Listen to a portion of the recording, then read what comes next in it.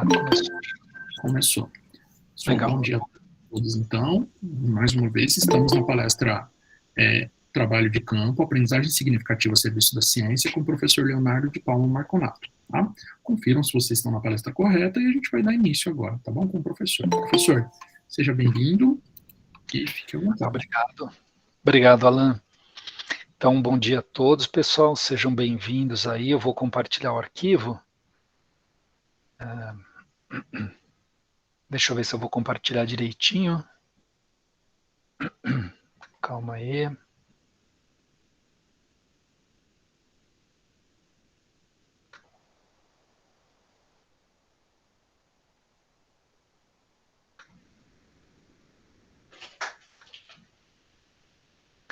Vocês veem minha tela quando eu coloco aqui, né, pessoal?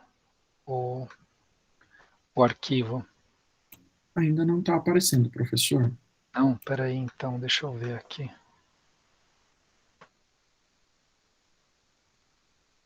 Eu vou compartilhar a tela, que eu acho que vai ser mais fácil para mostrar o arquivo. Vocês estão vendo o meu arquivo aqui? Agora sim. Agora Apareceu? Legal, maravilha. Obrigado, hein, Alan? Valeu. Nada. Bom, então, pessoal, vamos começar. Né? Antes de mais nada, um prazer estar aqui com vocês, né, fazendo parte desse trabalho importantíssimo que é o C10, né, dentro do contexto que a gente vive hoje. Aliás, eu vou discutir um pouquinho desse contexto, né? A ideia é mostrar um pouco do que a gente pode fazer mais para incentivar, né, para transformar as pessoas, vamos dizer assim, né, para sair de uma situação estagnada, parada, né, para uma situação onde as pessoas tenham interesse em fazer as coisas, que queiram buscar o conhecimento, né, queiram aprender, queiram saber as coisas, que é importante isso, né. Então, assim, eu tentei montar mais uma coisa para a gente conversar, né, apresentando alguns pontos interessantes, do que efetivamente um beabá. Imagino que muitos aqui já dão aula há tempos, né, talvez há anos já, e tenham assim uma vasta experiência dentro do contexto, inclusive, né, trabalho de campo, mas eu acho que é legal a gente reforçar alguns aspectos e ponderar também, né? Então eu tenho uma formação, né, em ciências biológicas. Dentro do contexto eu fiz mestrado em geociências, então trabalho de campo para mim era uma coisa comum, né? Inclusive levando crianças até do Fundamental 1 para atividades de campo que hoje duvido que se façam, né? Levar as crianças para pedreira, que envolve um risco muito grande, né? Mas enfim, acontece também e é legal.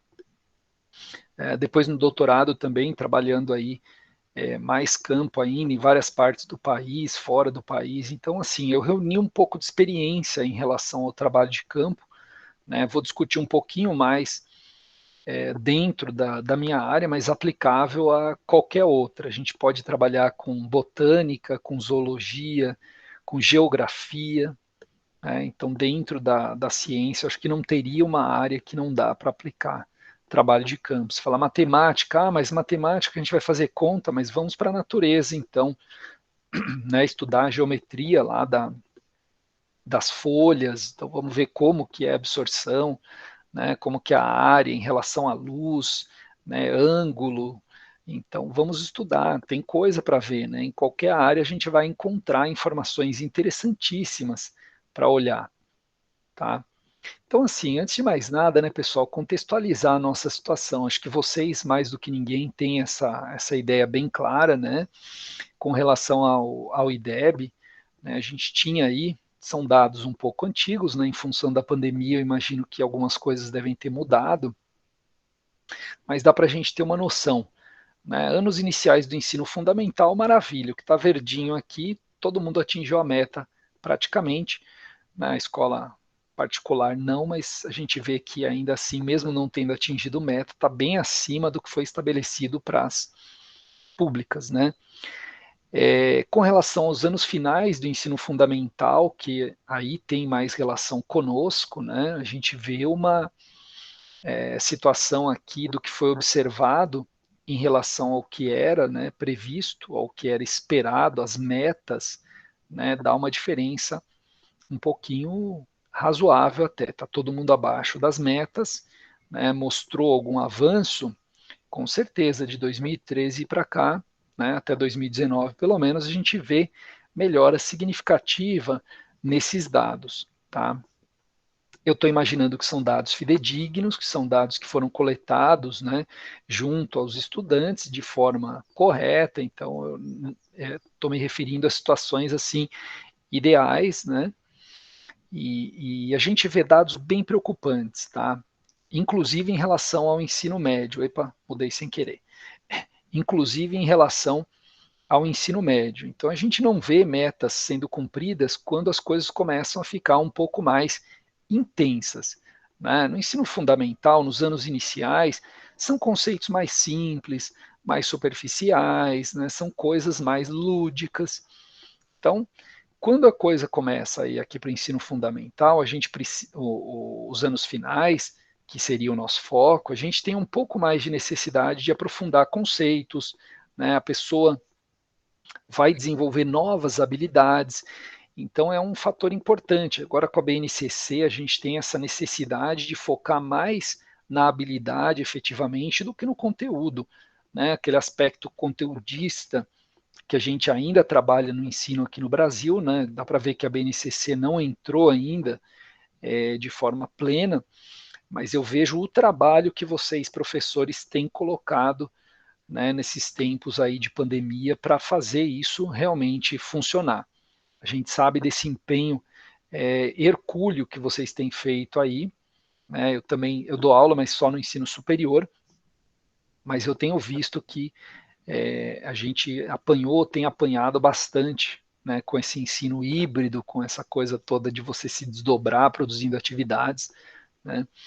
Mas enfim, só para dar um panorama aqui da situação, né, a gente tem uma avaliação internacional que é o PISA, né, eu vi o último aqui de 2018, não vi se teve outro recente agora em função da pandemia, né, mas eles fazem um levantamento pelo mundo do que os estudantes ali de 15 anos, né, conseguem fazer. Então a gente vê aqui o Brasil em vermelhinho, né, e os países em média, né, da Organização para a Cooperação e Desenvolvimento Econômico. Então a gente vê que a média, né, dos países que pertencem a essa organização está bem acima da média do Brasil. Isso para leitura, matemática e ciências, ou seja, coisas básicas. Sem essas você não faz as outras, né? Então é um ponto bastante importante a se pensar, tá? Aqui, ó, o compartilhamento dos estudantes que performam no topo, né? A gente tem aqui uma porcentagem muito baixa de estudantes que estão no topo. Tem, né? Mas são poucos. Né? Aqui, ó, quando a gente compara com os baixo rendimento, aqui em leitura, a gente está lá em cima, ó, né? E quando compara com baixo rendimento em matemática também. Né? Então, por que isso? Né? Está faltando interesse, está faltando alguma coisa, né?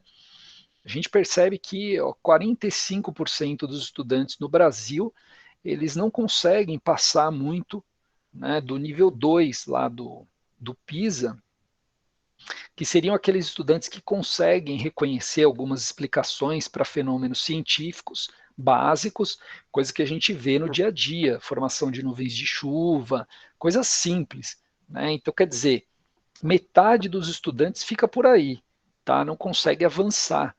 Né? Então, é uma coisa bastante complicada. Só 1% dos estudantes consegue efetivamente criar de forma autônoma, né, aplicar o conhecimento dele na vida. Então isso é muito triste, porque a gente prepara pessoas para a vida. Se as pessoas não têm condições de aplicar o que elas aprenderam, então o que a gente está ensinando? Por que a gente está ensinando? Né?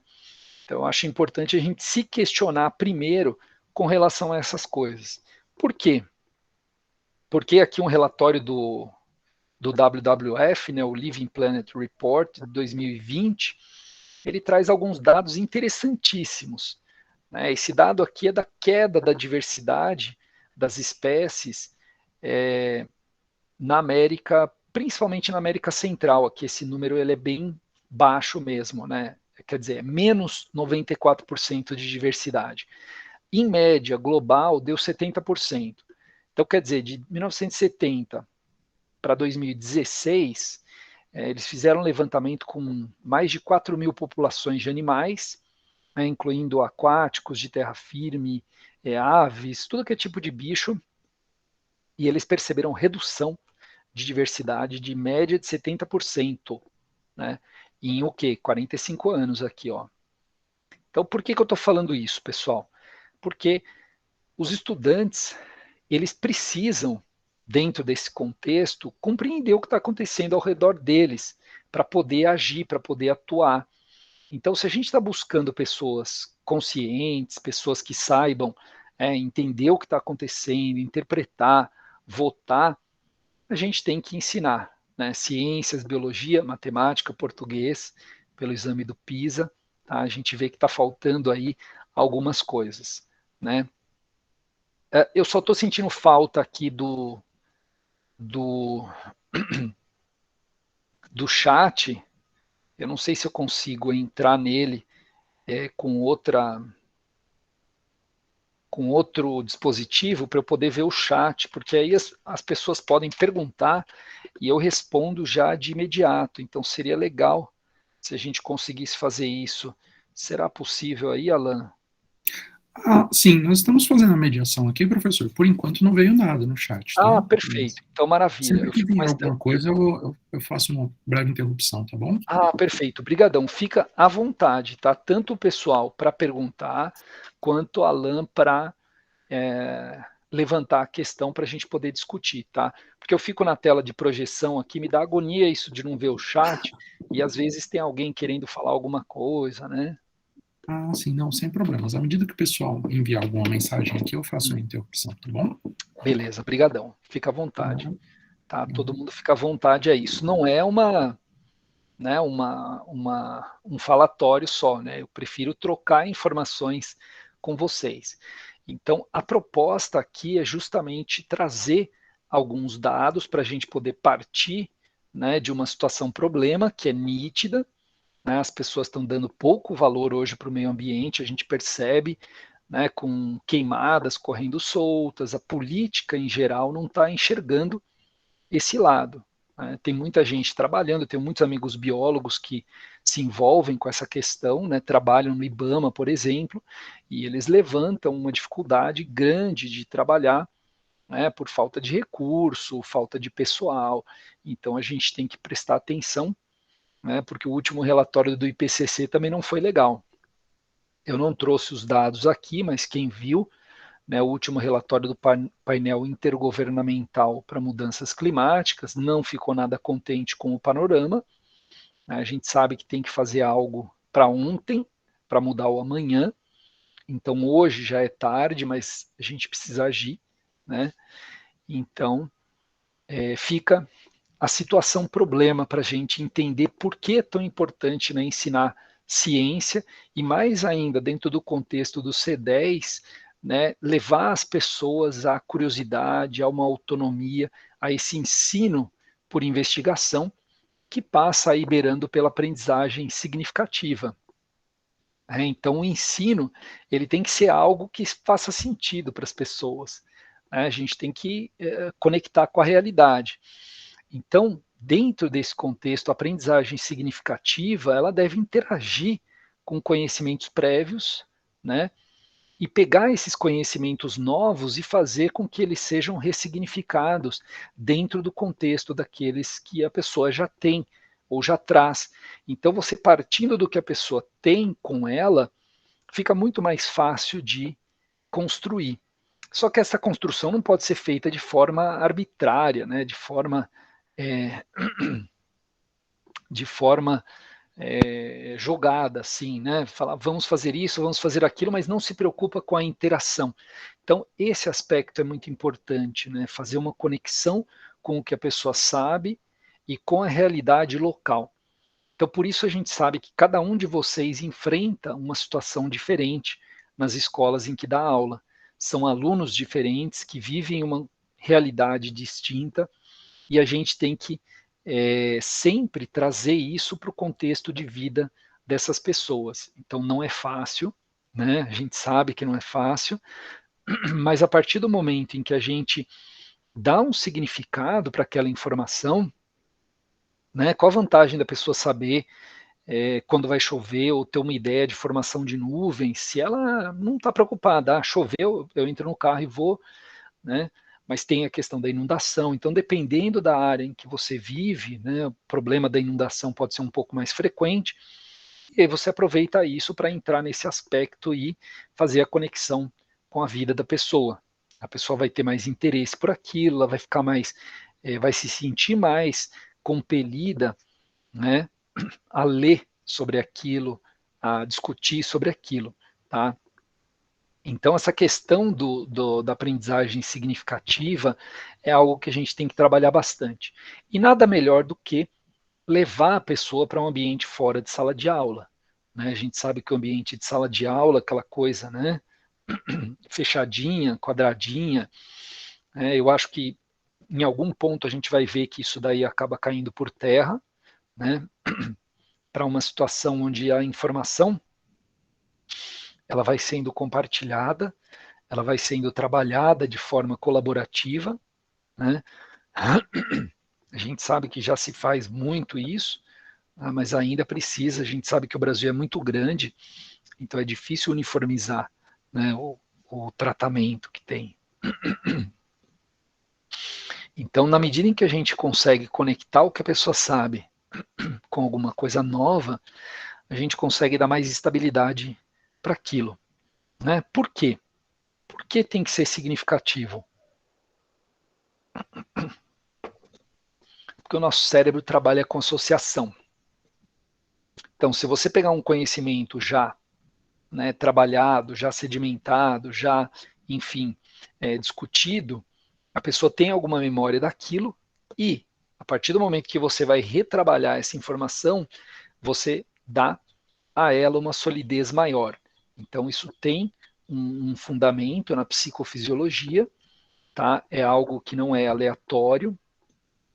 Então, o fato de você pegar um conhecimento prévio e acrescentar algo e fazer a conexão é tudo que funciona com o nosso cérebro. O cérebro trabalha com associação. Então, se você não conecta as informações, não vai funcionar. E daí, né, o ensino significativo, ele tem um ponto de impacto bastante grande. Né? E entra a questão do ensino por investigação aí, porque para ser significativo, retrabalhar informações que a pessoa já tem, nada melhor do que você dar a ela uma atividade. Né? Então, o professor vai lá criar uma condição, né, para que o aluno possa refletir, para que o aluno possa pegar o que ele sabe, pegar o que o professor trabalhou e aplicar isso. Né? O aluno falando, ele vai argumentar com os colegas e vai discutir uma situação qualquer, de um experimento, por exemplo, né?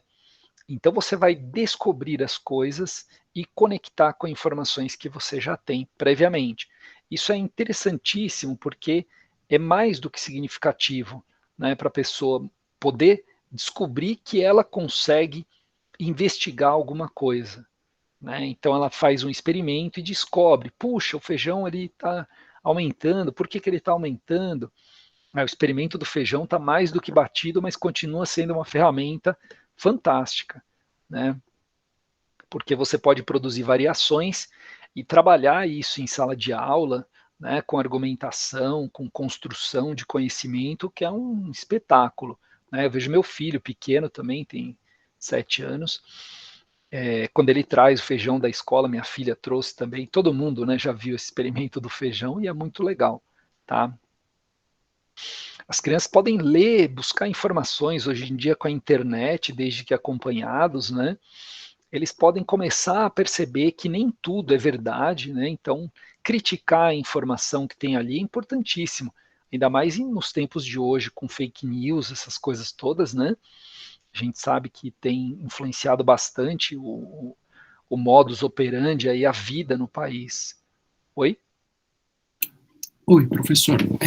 Tem algumas informações aqui no chat, pode fazer a leitura? Pode falar, por favor. Tá. A Roxana, ela falou que no TCC dela também ela vai falar sobre aprendizagem significativa.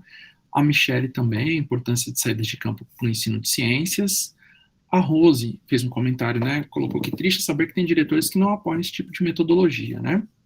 E a Cícera também falou que vai utilizar, né, a aprendizagem significativa e também utiliza o Marco Antônio Moreira no embasamento teórico.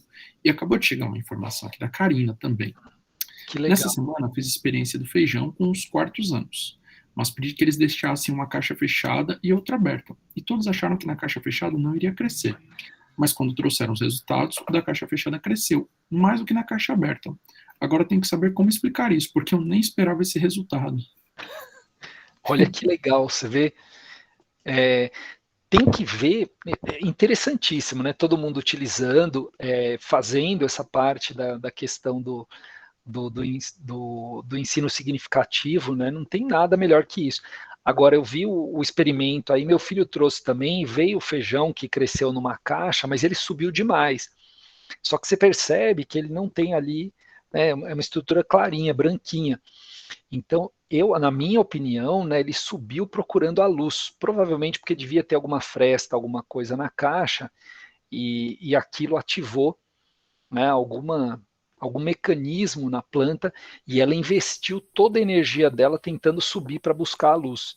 Então é uma forma de sobrevivência, porque se ela fica ali, ela não vai germinar, né, vai acabar morrendo. Agora, se ela sobe, ela percebeu provavelmente que em alguma frestinha ali tinha luz, mas é impressionante como realmente o que fica na caixa fechada ele sobe até bater na tampa, né? Mas é muito bonito esse experimento. Valeu aí, pessoal, pelas contribuições, né? Então, a investigação ela permite esse debate, ela permite essa troca de informações, né? Você pergunta para a criança, mas e assim, e aquilo? Um você põe mais água, outro você põe menos água. Dependendo do ano, você pode medir as folhas, você pode entrar em outros aspectos, né? Você pode secar as folhas, pesar, né? Você pode fazer experimentos com matemática, até dá para juntar de forma interdisciplinar várias informações interessantes. E os diretores realmente fazem muita diferença, né? O diretor que não apoia esse tipo de iniciativa, ele acaba meio que, né, tolhendo aquele professor, ele não consegue, né, implementar e até se desanima um pouco, né? Mas a gente não pode perder esse foco, a gente tem que se animar cada vez mais, né? Então, quando você permite que o aluno, lá no fim do trabalho, ele vá sistematizar o que ele descobriu, né?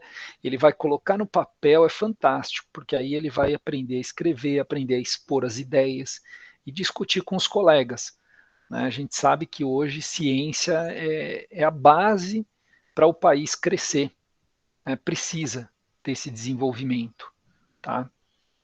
Tem mais alguma coisa aí, Alan? Professor, tem sim. Perguntinha aí? O experimento foi deu bastante resultado aqui. O Josimar colocou que também vai utilizar a atividade de investigação como ferramenta para aprendizagem significativa. A Cris fez um comentário, né? Se não se recobrir a caixa com papel escuro, a planta cresce procurando a luz. A Rose colocou para a Karina, né? As reservas nutritivas estavam na semente, mas depois ela precisará da fotossíntese. Isso. E a Cláudia fez a pergunta aqui. Existe diferença entre estudo do meio, aula de campo e trabalho de campo? E aí tem outras perguntas também. Não sei se o senhor quer responder essa e depois... Nossa, pergunta bem interessante, né? Nem sei se eu consigo responder assim, né? Porque a gente vê trabalho de campo, estudo do meio, eu não sei se eu saberia responder exatamente, né? Eu trato tudo como trabalho de campo, mas quando a gente sai para fazer um trabalho de campo, a gente sai para colher informações em relação ao ambiente, né, qualquer que seja a informação, e sistematizar isso. E quando a gente colhe esses dados, também é um estudo do meio, né? Então, eu teria que ver a definição de cada um dos termos, mas eu não sou muito focado nesses termos, não, tá? Especialista nessa questão aí.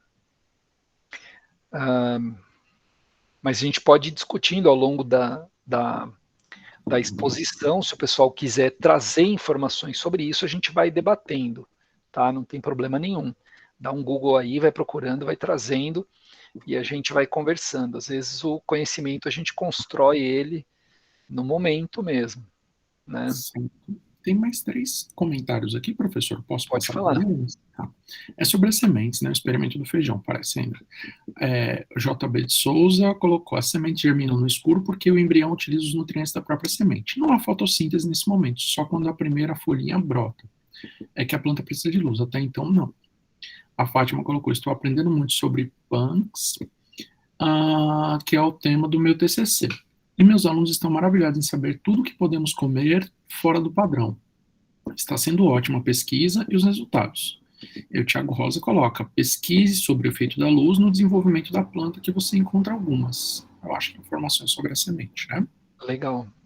Basicamente é isso, né? A semente ela tem um estoque energético lá, assim como a criança quando nasce tem uma gordurinha para queimar ainda.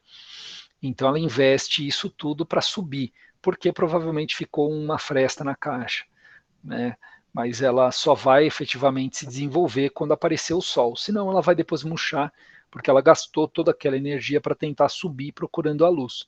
Né? E como a colega tinha colocado antes, se você fechar com papel escuro e colocar num armário mesmo, sem luz nenhuma, aí muito provavelmente você não vai ter esse crescimento exagerado aí. Mas é legal saber que o pessoal está usando, né, o ensino por investigação, e a questão das punks também é excepcional, né?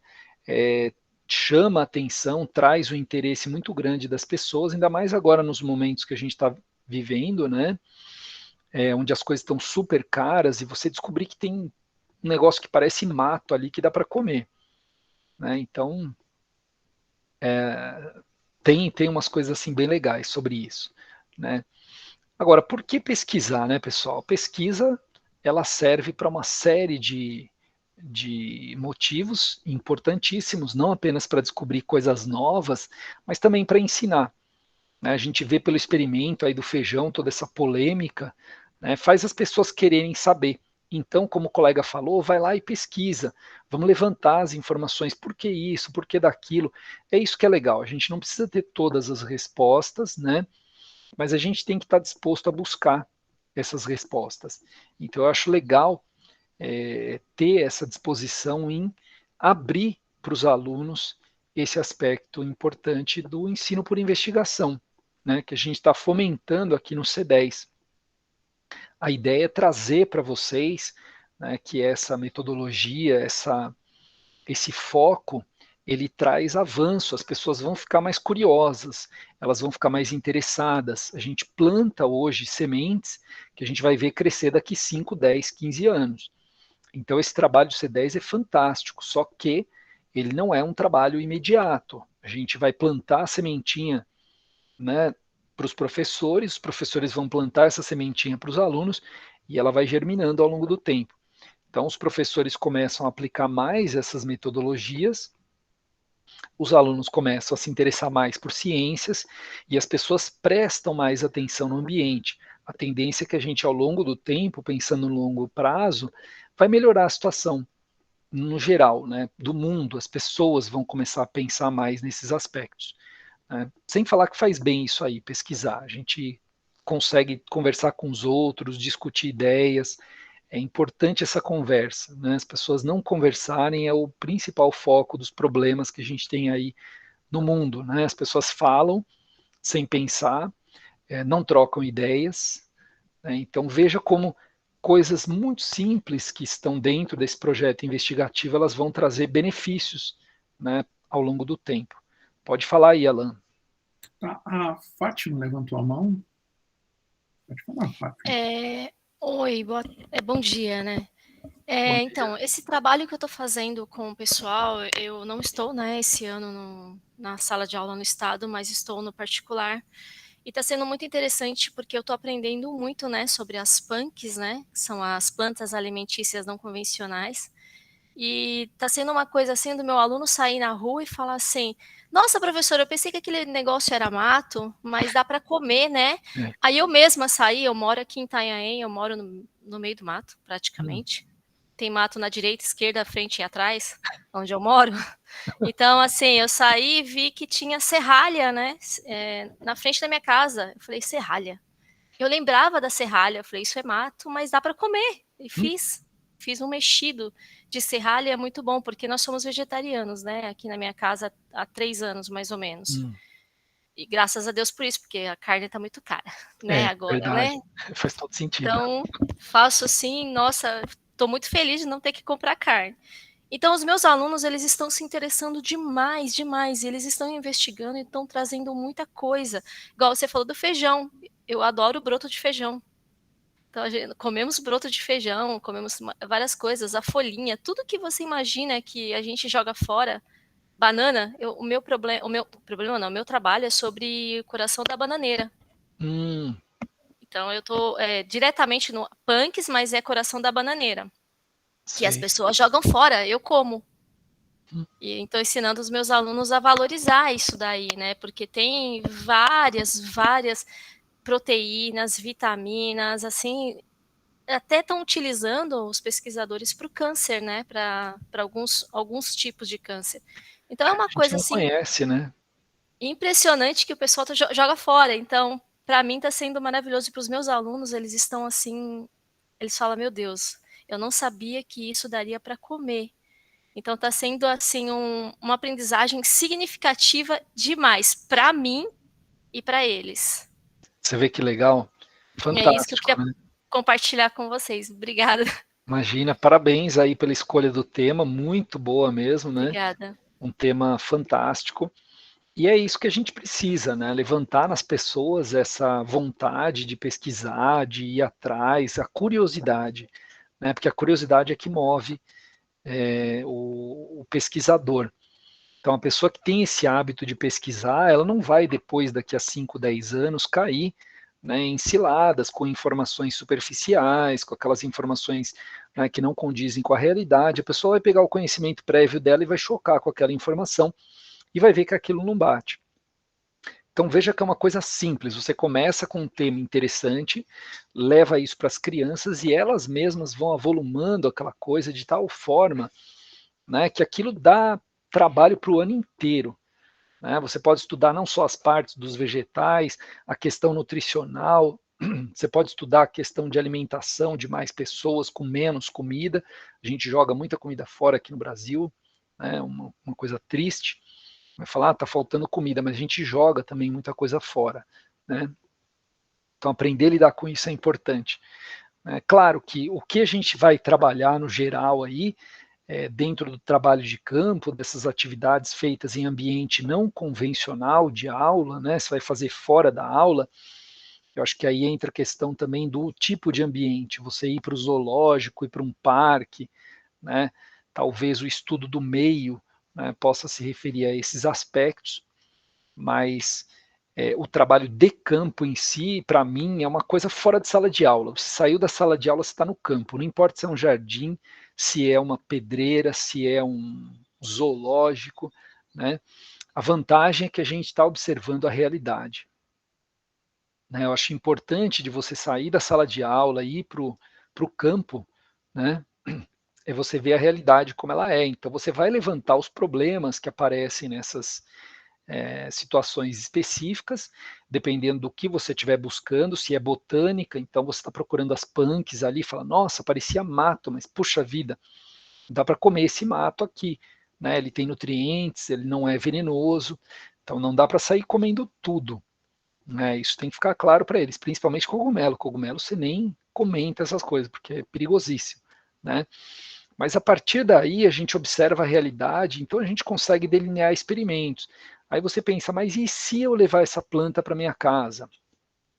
E se eu colocar ela numa garrafa PET cortada? E se eu colocar, né, terra assim, terra assada, e mais água, menos água? Então, quer dizer, você vai pensando em situações em que você pode aprender e muito. Né? Você vai ler, vai levantar informações, vai interpretar, sistematizar dados, vai argumentar os seus resultados, né, e trabalhar aquilo com uma visão crítica. Então, no futuro, o que a gente está fazendo hoje? Plantando sementes para frente, né, para o futuro. A gente quer que no futuro tenhamos pessoas mais conscientes, né? Pessoas que saibam lidar melhor com os dados. Né? A gente tem a tal do Big Data, né? essa coisa de dado. Hoje em dia você pega o celular e fala assim do lado dele, você tem que até deixar ele longe. Né? Um colega meu, uns anos atrás, falava, eu não durmo com o celular do lado de jeito nenhum, eu não falo do lado do celular. Eu falei, cara, você está paranoico. Mas é verdade. Você está conversando sobre, sei lá, videogame, dali meia hora você recebe uma mensagem, promoção de videogame, sei lá onde. Você fala, como assim, né?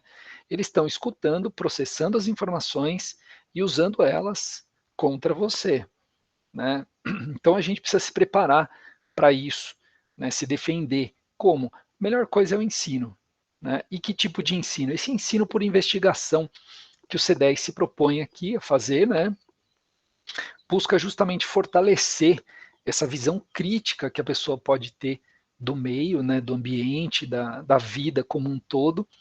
Né? A gente vai incentivar o desenvolvimento de habilidades, a pessoa vai aprender a enxergar, procurar, né, observar, e ali, uma vez que ela observe, que ela tenha um dado na mão, ela vai poder trabalhar esse dado com determinadas atitudes. Né? A gente vai fomentar a curiosidade demais. Tudo que você vê fora, né, na sala de aula, você vai no jardim, por exemplo, e começa a colocar a mão ali numa planta, na outra, começa a aparecer bicho. Né? E aí você vai explicar, Joaninha é um besouro, não sei o quê. Ah, mas que legal, ela é bonitinha. Nossa, ela é o maior predador. Né? Ela come os pulgões, ela limpa assim, plantações por exemplo, alface. Você pode usar, né, alface, essas folhas macias assim, os pulgões adoram, né, para sugar a seiva e reduzir a produtividade. Aí o produtor pode ir lá e levar essas joaninhas para fazer um combate, né, você vai usar um organismo para combater o outro. Né? Então é fantástico, tá? Fomentar essa coisa da curiosidade, da busca pelas informações, né? A gente vai formar sempre cidadãos mais conscientes quando a gente conseguir, né, criar esse hábito deles de enxergar a realidade. Então, o que a gente pode fazer aí? O trabalho de campo, né? Porque ao invés de a gente ficar falando e eles imaginando, opa, a gente pode falar e eles fazerem, observarem, né, interagirem. Essa questão da interação é importantíssima. Né? É muito melhor, claro, você fazer a atividade, porque vai envolver uma série de aspectos cognitivos que te permitem guardar mais informações, né? Aquilo fica muito mais significativo para você. Quando você colocou a mão na massa, você não simplesmente viu e ouviu, você viu, ouviu, fez, argumentou, trabalhou aquela informação. Então a gente trabalha basicamente com isso. São redes neurais, são neurônios. O que eles fazem? Eles se conectam. A memória é isso, é conexão. Então, na medida em que você vai trabalhando essas conexões, elas vão ficando mais fortes. Se você não trabalha, você esquece. Né? Então, esse é um ponto muito importante. Né? O trabalho de campo, ele pode servir justamente para articular essa parte, né, da teoria com a prática. Então, você reforça aquele conhecimento obtido em sala de aula, mas, por outro lado, você pode fazer o trabalho no campo previamente para levantar questões, observar algum aspecto, e depois, na sala de aula, você junta e consegue tirar daquilo uma série de observações. É uma forma da criança, né, desenvolver um olhar crítico da realidade. Né? É uma visão mais ampla da vida, porque ali na sala de aula, você observando uma projeção, vendo um texto, fazendo uma atividade no livro, né, mesmo que veja alguma coisa na internet, é diferente de você estar ali respirando aquele ar, de você estar ali no campo mesmo, mexendo, né, na flor, na planta, no animal, enfim, dependendo do animal, né, não é qualquer bicho que dá para pegar, mas é você ver a materialização da informação. Né, aquela informação ela está ali para você apalpar, ela é palpável. Né? Então isso faz muita diferença para a criança. A criança adora imaginar e ficar sentada lá viajando, né? Mas na sala de aula é complicado. Então vocês sabem como é difícil isso. Então a gente tem que cada vez mais, até por conta da BNCC, né, trabalhar as habilidades ao invés do conteúdo. Então, não é simplesmente dar uma atividade para o cara fazer, né, um papel para ele preencher, mas é dar alguma coisa para ele fazer. E aí a gente esbarra numa série de questões, né, porque o trabalho de campo, esse trabalho fora de sala de aula, né, quando você vai fazer uma aula fora da sala, então seja um estudo do meio aí, né, seja um trabalho de campo, né, qualquer que seja a definição, alguém traz aí para a gente debater um pouco, né, porque às vezes a gente tem essa ideia na cabeça, mas não consegue materializar aí no, no conceito. Então, assim, sabe-se que a gente tem uma série de benefícios aí para o trabalho de campo fora de sala de aula, né? Então, a gente tem como complementação de aula teórica, que eu acho até viável, mas não acho que o trabalho de campo deva se restringir a essa visão, né? Ele vai permitir a criança se tornar crítica, né? Refletir, vai dar autonomia para a criança, porque você pode, claro, dentro de um contexto, passar para ela algumas informações. Falar, faz um roteiro, fala, olha, nós vamos fazer isso, assim, assado, e com alguma flexibilidade para as crianças poderem também se desenvolver, tá? Então é interessante, né, notar como o trabalho em grupo faz diferença para as crianças. A gente percebe agora na pandemia. Meu filho, filho de todo mundo, com certeza é outro, depois que voltou para a aula. Em casa, é uma criança, já estava desenvolvendo problemas, já, né? Tique, comportamentos assim, bem diferentes do que era o normal, né? E agora voltou para a sala de aula, mas não deu 2 semanas, mudou, é outra pessoa. Então, quer dizer, por mais que seja restritivo ali, vamos dizer, em sala de aula, não tem ainda esse trabalho de campo, essa coisa não voltou ainda, né? Mas o fato de estar ali interagindo com outras pessoas faz muita diferença. E no campo isso daqui aumenta absurdamente. Tá? A gente estimula a pesquisa científica, né, contextualização das informações, a interdisciplinaridade. Você vai trabalhar não só biologia, você vai trabalhar geografia, você pode trabalhar história, matemática, português, né, com a questão das punks, você vai encontrar várias plantas diferentes, com nomes regionais, e aí você inventa um monte de coisa para trabalhar e dá para juntar outras áreas. Né? Você vai pesquisar a distribuição dessas plantas, onde elas ocorrem, por que elas ocorrem, qual que é a origem delas, e aí vai. Você vai descobrir muita coisa interessante. Né? A banana que a gente come hoje, a banana selvagem, né, que tinha semente, a banana hoje não tem semente mais, aquela coisinha minúscula lá que não, né, a gente trabalha com ela há anos, né, fazendo seleção. Você vai para o Peru, por exemplo, batata, você vai ver uns 20 tipos de batata na feira. Né? Tomate, se você for procurar, a mesma coisa, um monte. Porque a gente seleciona, porque a gente mexe aqui, ali, acolá, né? Então, quer dizer, a curiosidade vai mover isso aí e vai tornar o aluno mais empenhado no sentido de aprender. Ele vai gostar de fazer aquilo. Gostou, aí a memória funciona melhor. A memória vai querer aprender aquilo, a gente vai querer guardar aquela informação. Se a pessoa já começa a aula, eu não gosto de matemática, aula de biologia de novo, que horror. A pessoa não vai guardar nada daquilo, porque ela já vai dizer para o cérebro dela previamente que aquela informação é descartável. Então a gente nem vai formar a memória direito. A memória vai se formar quando você estiver se sentindo bem, agradável, quando você vincular aquilo a um sentimento bom. Então a gente tem que pensar positiva. E tem a educação positiva, outro aspecto, né, bastante interessante da psicologia, que entra, né, na educação. Se tiver alguma coisa aí, pode falar, viu, Alan? Tá, temos aqui o professor. A partir do momento do feijão lá, né, que foi discutido algumas coisas, deixa eu só pegar aqui. A Fátima informou, né, que no Globo Repórter teve ontem falaram de sementes de arroz e feijão e do estoque de sementes que possuímos. E a Aline estava comentando, né, que bolinho de arroz amanhecido, feijão, A fala de uma entrevistada foi: a reciclagem alimentar é a solução para acabar com a fome no mundo.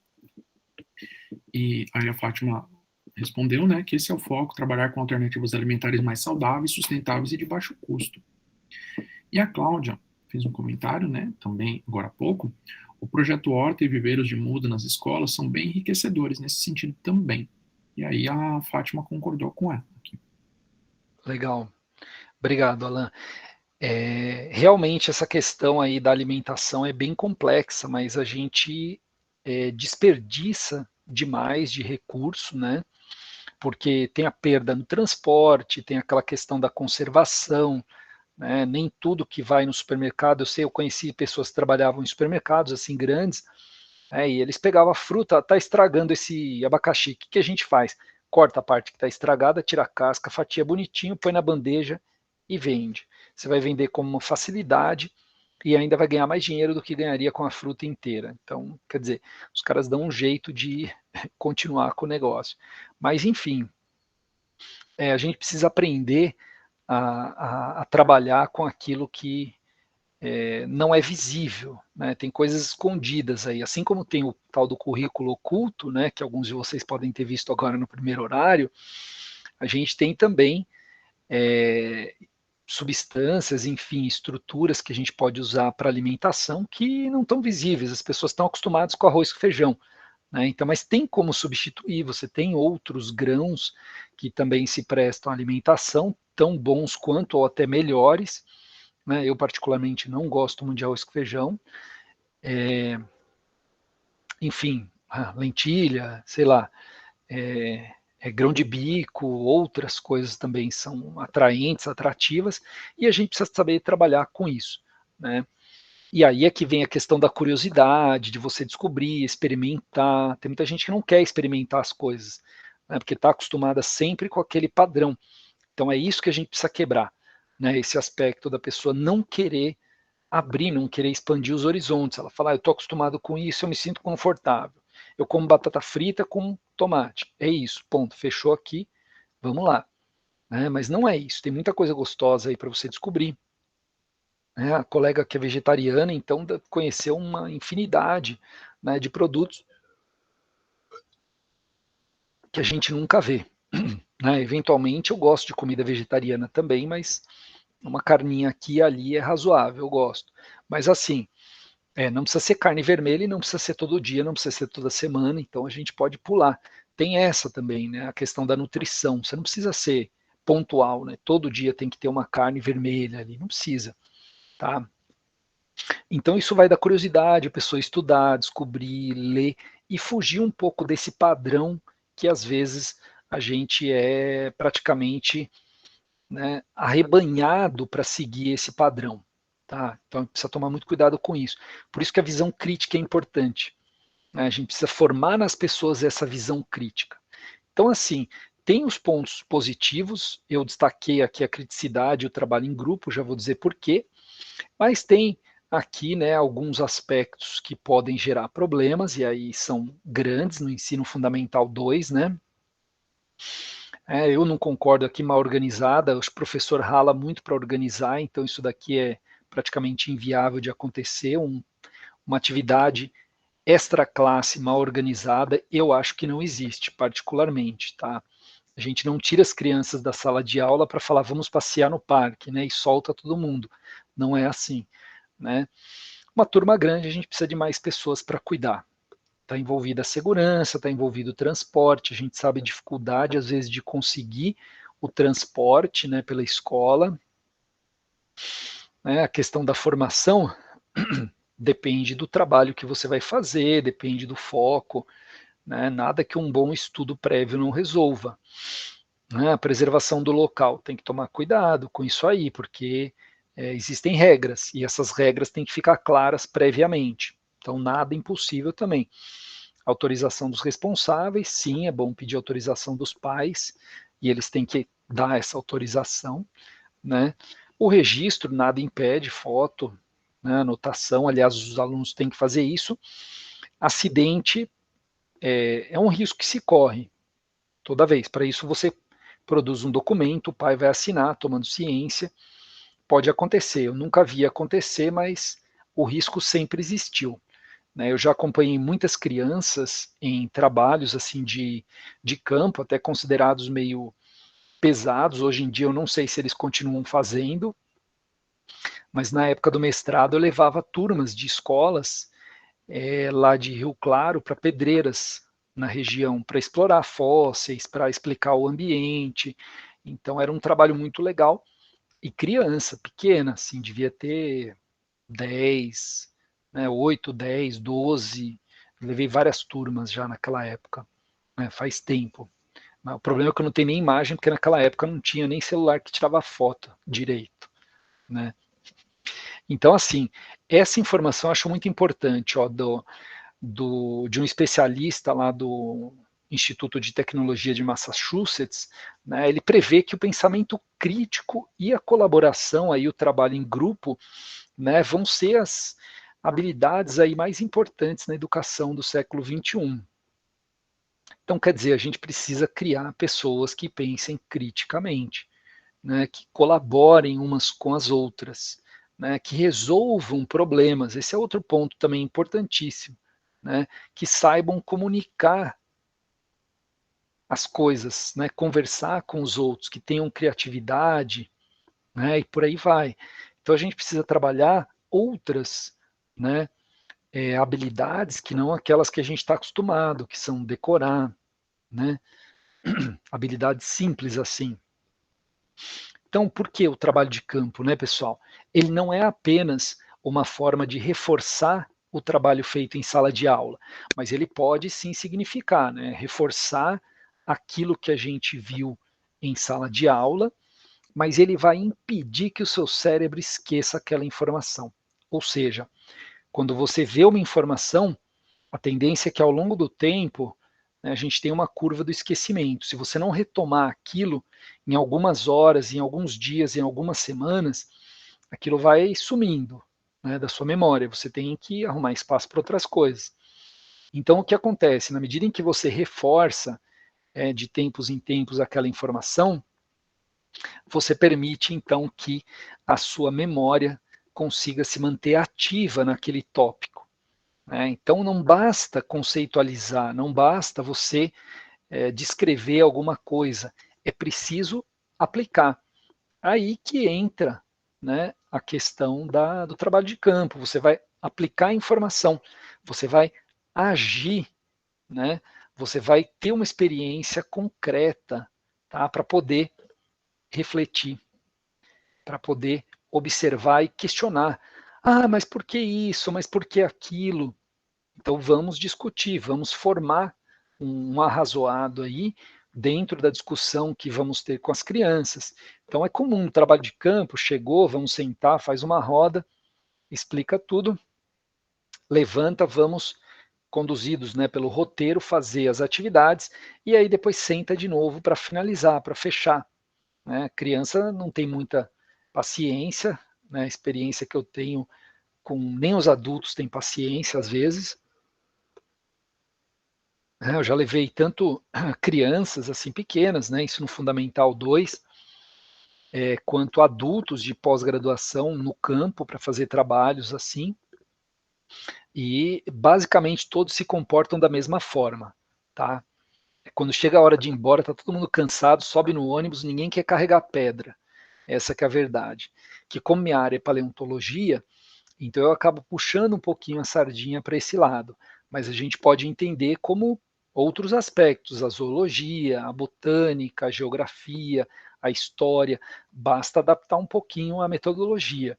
Né? Mas a ideia hoje é fazer uma discussão e dentro dessa discussão apontar um pouquinho como o trabalho de campo ele pode ser importante, trazendo um ensino mais significativo através de uma proposta de investigação. Né? Então, esse trabalho de campo, ele na verdade começa antes do campo. Né? Na verdade, a gente começa consultando locais para serem visitados.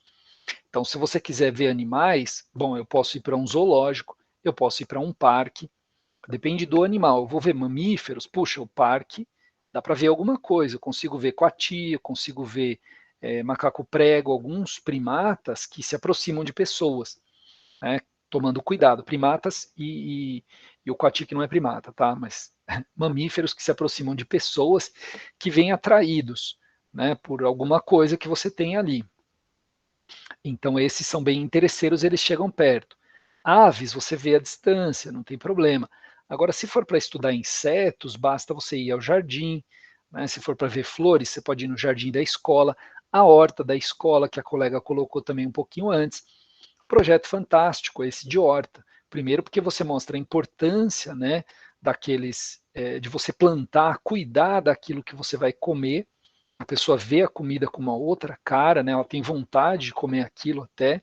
Você vê como, né, o interesse das pessoas. Então, se ela planta, se ela cuida, né, também a horta, não apenas essa questão da biologia, de mostrar o desenvolvimento, você pode trabalhar tudo, né, nutrição, até matemática, você vai ver o desenvolvimento das plantas aqui ou ali, se dá diferença, vamos medir as folhas, vamos ver o desenvolvimento, cresceu mais ou menos, por que cresceu mais, por que cresceu menos, né? Então, o trabalho, assim, ele envolve um planejamento prévio, sempre, né? Depende do que você vai ver, tá? Eu costumo, né, como eu faço ainda trabalhos de campo na área de paleontologia, então a gente vai buscar um mapa geológico para ver onde tem aquele afloramento, onde tem aquela rocha que eu quero estudar, tá? Mas podia ser a flora, eu vou pegar um mapa, né, da vegetação do estado de São Paulo, vou pegar um descritivo de parques para ver que tipo de bicho tem lá, o zoológico que fornece, né, ferramentas assim infinitas praticamente para a gente observar o comportamento dos animais, né? Você pode construir roteiros para explorar praticamente, né, tudo que você quiser, até aquele comportamento estereotipado que o animal ele tem quando ele está enjaulado num ambiente que não tem muita coisa para ele fazer, né? Aquela coisa do enriquecimento do ambiente, tá? Então a gente sempre traça o roteiro da viagem com as atividades a serem feitas, quando sai, quando volta, o que vai ser feito ali no meio, a cada momento, tantas horas para isso, tantas horas para aquilo. Então é um processo bastante custoso para o professor, que já prepara a aula todo dia, né? Então a gente vive virando aí noites, madrugadas, fins de semana, sábado, domingo, né? A gente está o tempo todo aí trabalhando, né? Mas é importante produzir esse cronograma, gasto com combustível para ver depois o rateio, ou então o custo, né, para a escola, ver com a diretora se tem um dinheirinho sobrando ali para poder custear, questão do alimento, o que precisa levar o lanche, né, quantas pessoas são necessárias para cuidar das crianças e autorização também, né, para poder acessar o lugar, qualquer que seja ele. Se for um parque, né, autorização, se for uma pedreira, autorização, se for um zoológico, a entrada, né, o custo da entrada. Tem alguma coisa aí, Alan? Tem sim, professor. Vamos lá. Quando a gente estava comentando sobre o desperdício de alimento ainda, né? A Fátima, o senhor falou do arroz, feijão.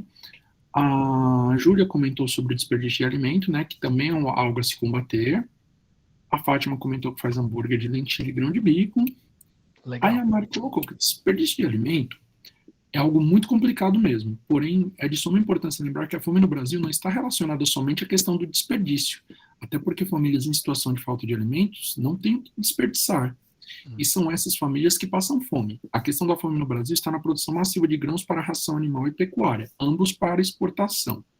E aí a Fátima comentou que é uma triste realidade, o Cacá Leão concordou, e a Mari voltou, com comentário. Hoje, a prioridade agrícola no Brasil não é produzir comida para humanos, principalmente para brasileiros. O atual presidente desmontou a CONAB, Companhia Nacional de Abastecimento. Isso fez com que o país ficasse sem reservas de grãos para garantir a regulagem do preço dos grãos básicos da alimentação brasileira, o arroz, feijão e soja. E os preços disparassem. E aí o Malaquias colocou que isso acontece em todos os países, pois fala a partir da Guiné-Bissau, na África. O Malaquias comentou. Legal, pessoal. Com o dólar alto, é mais vantajoso exportar, independente se vai ser para as pessoas ou se vai ser para os animais. Esse é um ponto, tá? Importante, realmente, da produção de alimento. A gente tem área suficiente para produzir alimento para todo mundo. O problema é a distribuição, né? Quem está produzindo e para onde está indo. Então a gente tem efetivamente uma grande parte que vai para alimentação animal. E hoje, com essa situação de instabilidade política no país, né, com os problemas que a gente vê, conhece, né, todo mundo tem uma parte crítica para dizer a respeito disso, não vale a pena a gente entrar no mérito da questão, mas percebe-se que o dólar está nas alturas, a economia toda está meio maluca, né, e para quem exporta é muito mais negócio do cara vender lá fora do que vender aqui. Então, se não houver uma certa restrição às exportações, se cada um de nós fosse exportador, o que você prefere? Ganhar $5 ou R$ 5? Então a diferença não tem nem o que pensar, né? Você vende tudo para fora, vai lucrar o que você ganharia em 10 anos, em um ano, e aí você se aposenta, acabou, né?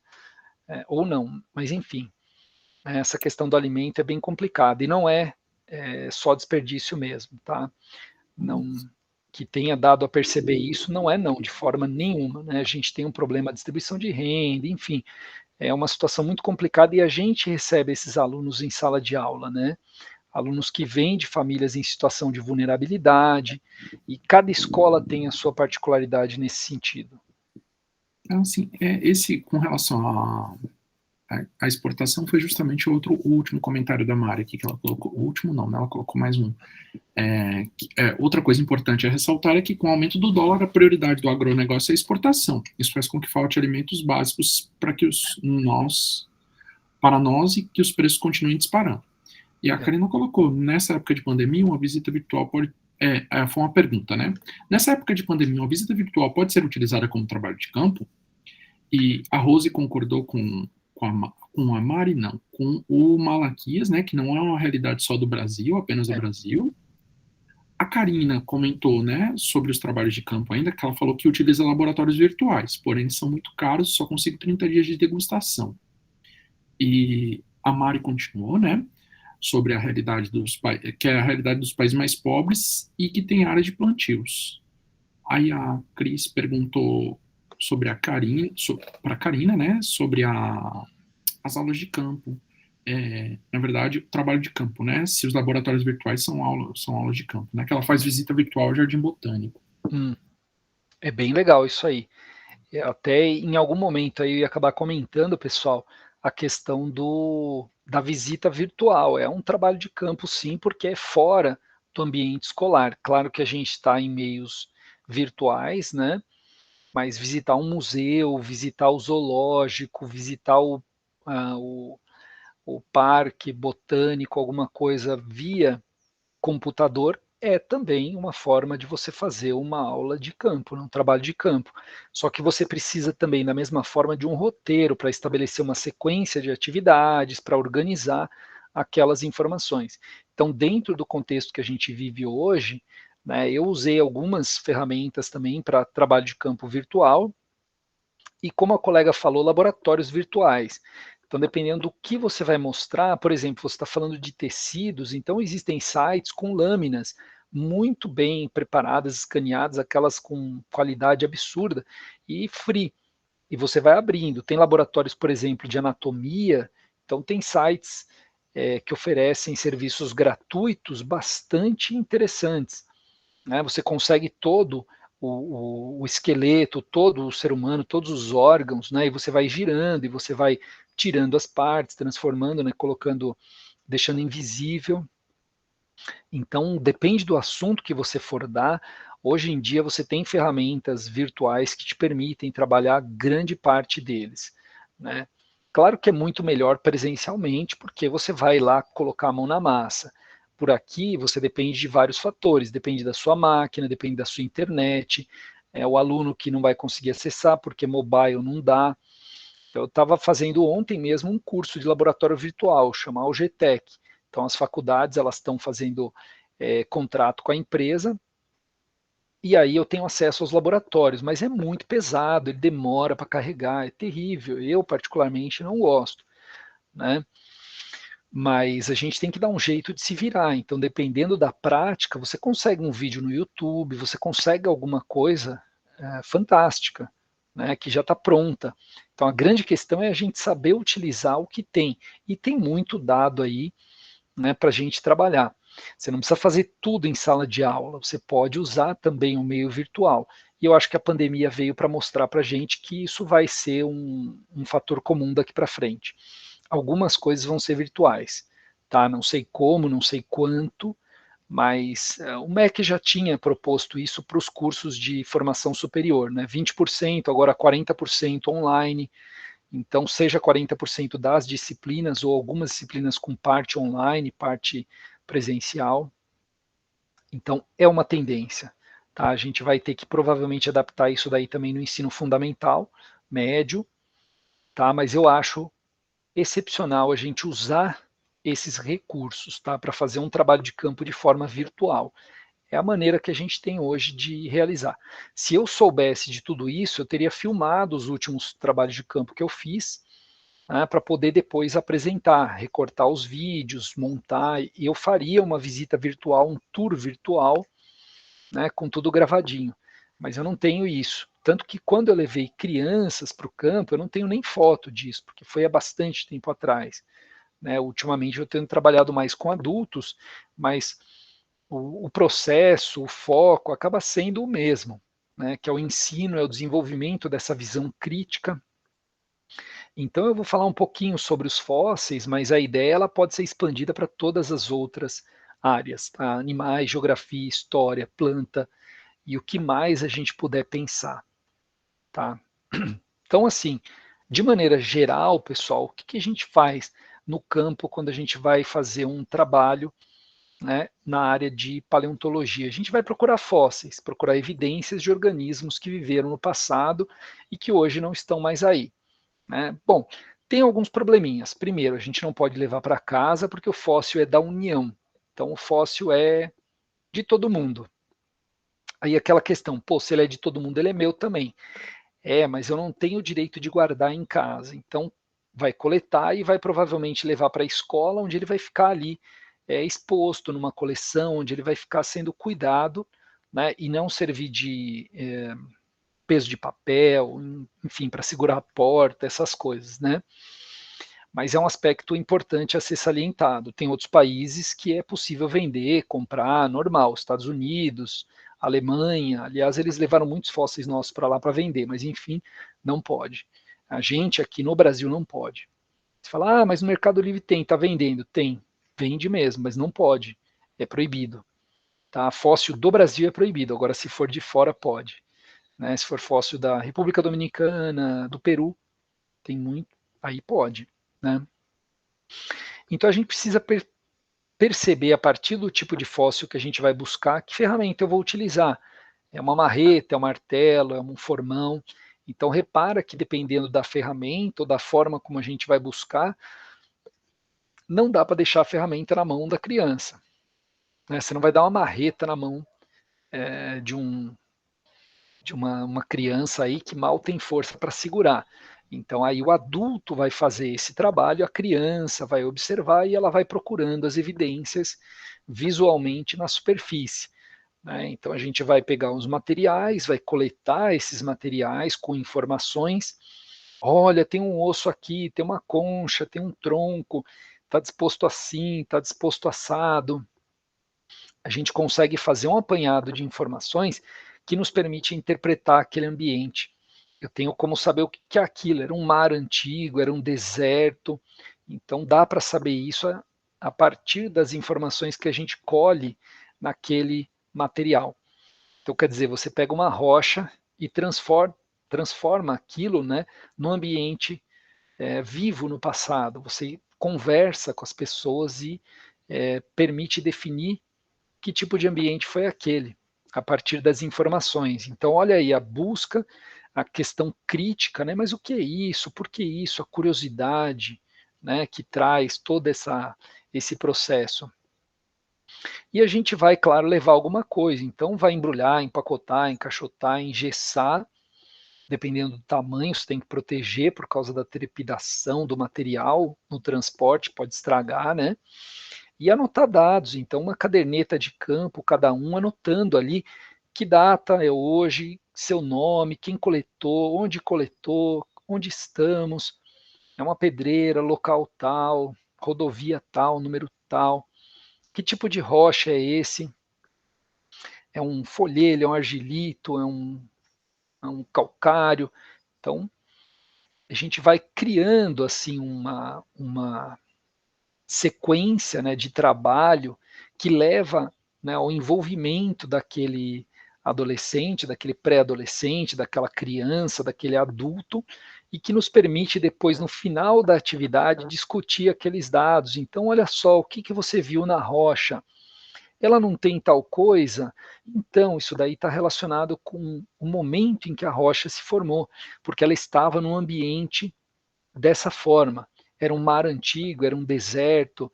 Então a gente consegue trabalhar detalhes do ambiente, né, e projeta isso para o passado. E a pessoa vai falar: nossa, aqui era mar, puxa vida, mas hoje olha só como é que está. Falei: tá vendo? Olha só como as coisas mudam com o tempo. E os organismos têm que se adaptar a isso, ou eles são extintos.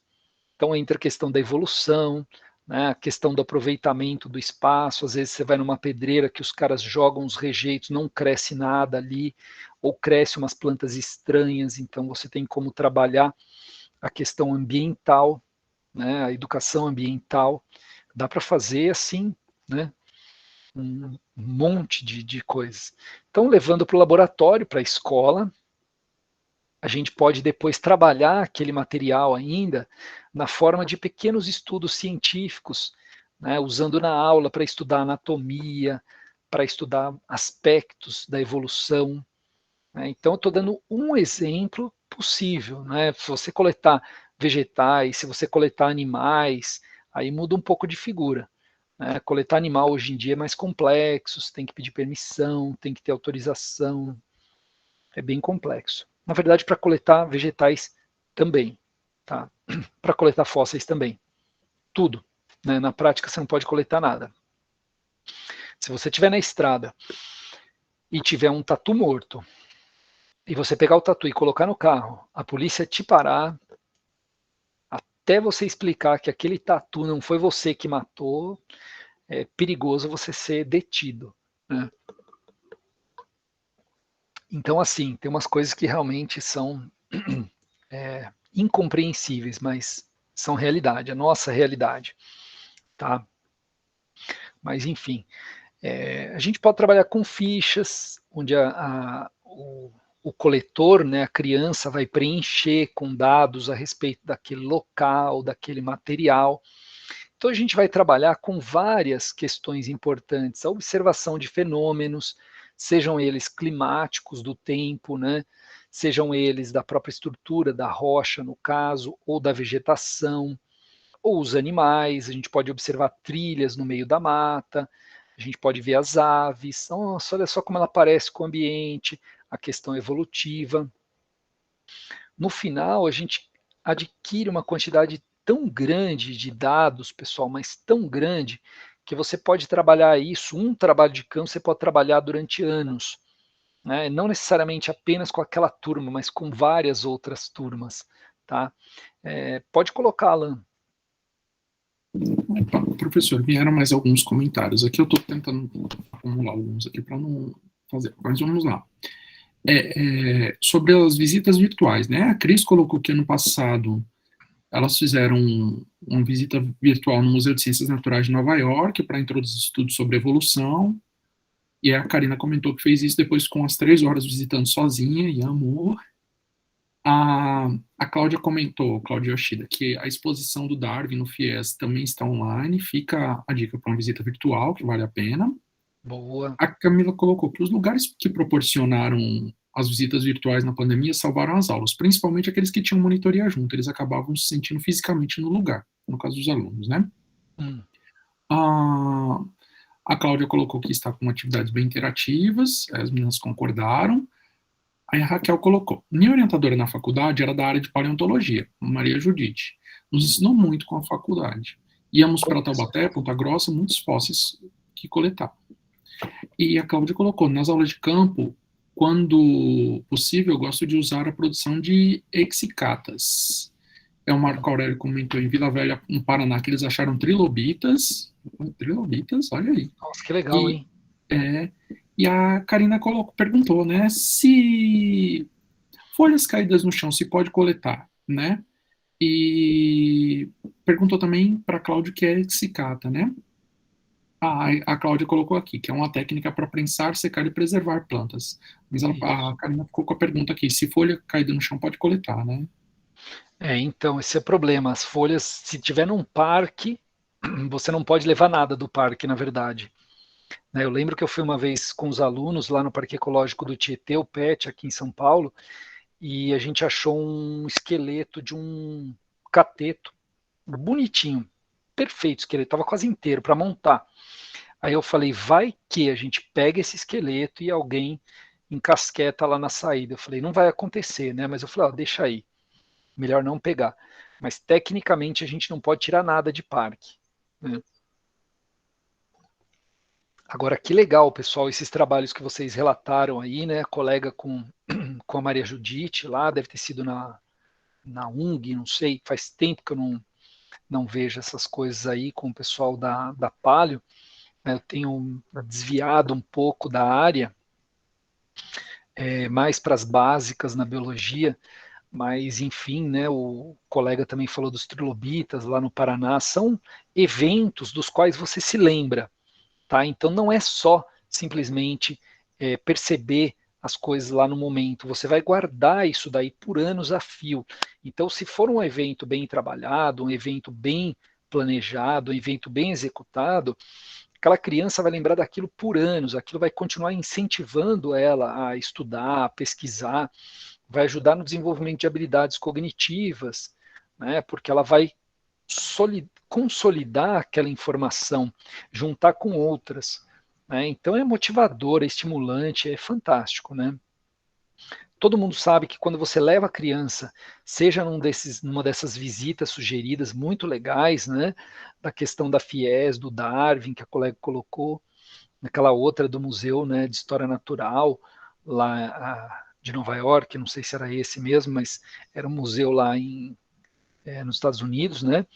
Então é espetacular, parece que você está no filme, naquele Uma Noite no Museu, né? Então é muito bonito que essas instituições tenham aberto visitas virtuais que são realmente fantásticas. É uma ferramenta que a gente vai incorporar nas nossas aulas daí para frente, porque o aluno conecta aquilo que está no museu com aquilo que está na realidade, que ele está vendo quando ele vai para o campo, quando ele está estudando em sala de aula. Então, às vezes, o museu ele dá uma quebra, assim, porque está num ambiente fechado, mas a pessoa, conforme vai trabalhando em sala de aula, conforme vê na natureza, no zoológico, no museu, vai juntando, né, aquelas informações. Então, o trabalho de campo, assim, em geral, saindo da aula, né, da sala de aula, para mim já é trabalho de campo, mas efetivamente você tem essas diferençazinhas aí, né, estudo do meio, enfim, né. Eu queria mostrar algumas coisinhas aqui interessantes que eu acabei fazendo ao longo do tempo nos meus trabalhos aí, como isso marcou, né, o caminho que eu acabei trilhando. Então eu fui muito a congressos e geralmente os congressos eles tinham atividades de campo. Então eles tinham trabalhos de campo associados. Então a gente ia lá, por exemplo, aqui para um corte de estrada lá em Denver, né, e a gente observa pegadas de dinossauros herbívoros, pegadas de dinossauros carnívoros aqui, é né, uma coisa assim espetacular. Tá? Quando você vê a profundidade aqui da pegada do bicho, né, que você entende quanto que um animal desse podia pesar. O animal pisou num local que era relativamente inconsolidado, né, e ele afundou aqui as camadas que já estavam depositadas, e a gente vê aqui uns 20 centímetros de profundidade. Então, para o animal pisar num lugar e afundar desse jeito, né, não era levinho o bicho. Então, isso acaba marcando a gente, dando informação para a gente entender a parte teórica. Daí você começa a entender, puxa, o bicho tinha toneladas de peso. E realmente, a partir das evidências, né, aqui o Triceratops, né, numa foto no Museu de História Natural, e você vê uma pegada do bicho no campo, então, numa pedreira, também lá nos Estados Unidos, né, é um negócio espetacular. Né, você vê a pegada do bicho aqui, os dedos dele, né, quer dizer, você está vendo uma história que se processou ali milhares de anos atrás, você está conectando as informações. Né? Eu acho que o trabalho de campo, independente de qual seja o foco dele, é vegetal, é animal, é paleontológico, né, com fósseis, independente, ele é significativo, porque a pessoa vai conectar as informações, ela vai, né, se ligar naquilo de tal maneira que vai aguçar a curiosidade, permitir com que ela junte, né, as informações que ela já tem com outras novas que vão chegando. Então, você fala, mas não precisa ir até os Estados Unidos? Não, vai para Paraíba, lá em Souza. Né, você tem ali o Parque dos Dinossauros e tem trilhas lindíssimas com pegadas, né, de dinossauros aqui, ó, caminhando. Dá para ver que o bicho era bípede, porque as pegadas estão bem próximas umas das outras, né? Dá para ver o formato dos dedos. Então, quer dizer, você estabelece, né, a passada dele, o passo, dá para tirar medidas aqui, você vê o tamanho.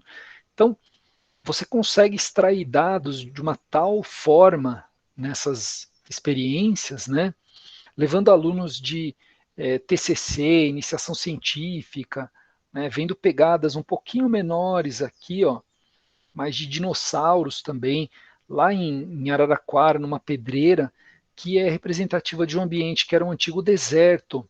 Né? Então a gente vê a inclinação aqui das camadas de arenito que representam esse ambiente antigo, por onde os bichos caminhavam. Né? Então, preservando pegadas, né? A gente tem uma ideia da fauna que vivia naquela época. Então, só um trabalho Professor, de campo consegue dar isso para a gente. Pode falar, Alan. a Roberta levantou a mão, né? O pessoal está aqui encantado aqui com as pegadas, né? Com as pegadas fossilizadas. E tem pergunta aqui da Karina, né? Como essas pegadas ficam preservadas por tanto tempo, né?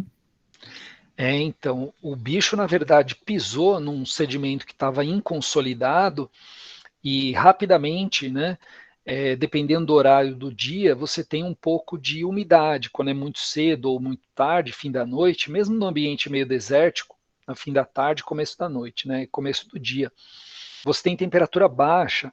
Isso pode significar um pouquinho mais de coesão entre os grãos e aí vem mais areia por cima e cobre. Então, existe a possibilidade de cobrir preservando essas pegadas, e depois de um tempo aquilo que é inconsolidado, que é um sedimentozinho formado por partículas, ele vai sendo cimentado com a deposição de outras partículas no meio. Então vai formando um cimento, ele fica duro. Né? Hoje a gente tem o arenito usado para o calçamento de cidades como São Carlos, Araraquara, até tem umas imagens aí. Alguém queria perguntar alguma coisa? É isso que abriu o Ah, microfone? a Roberta levantou a mão. Pode perguntar, Roberto.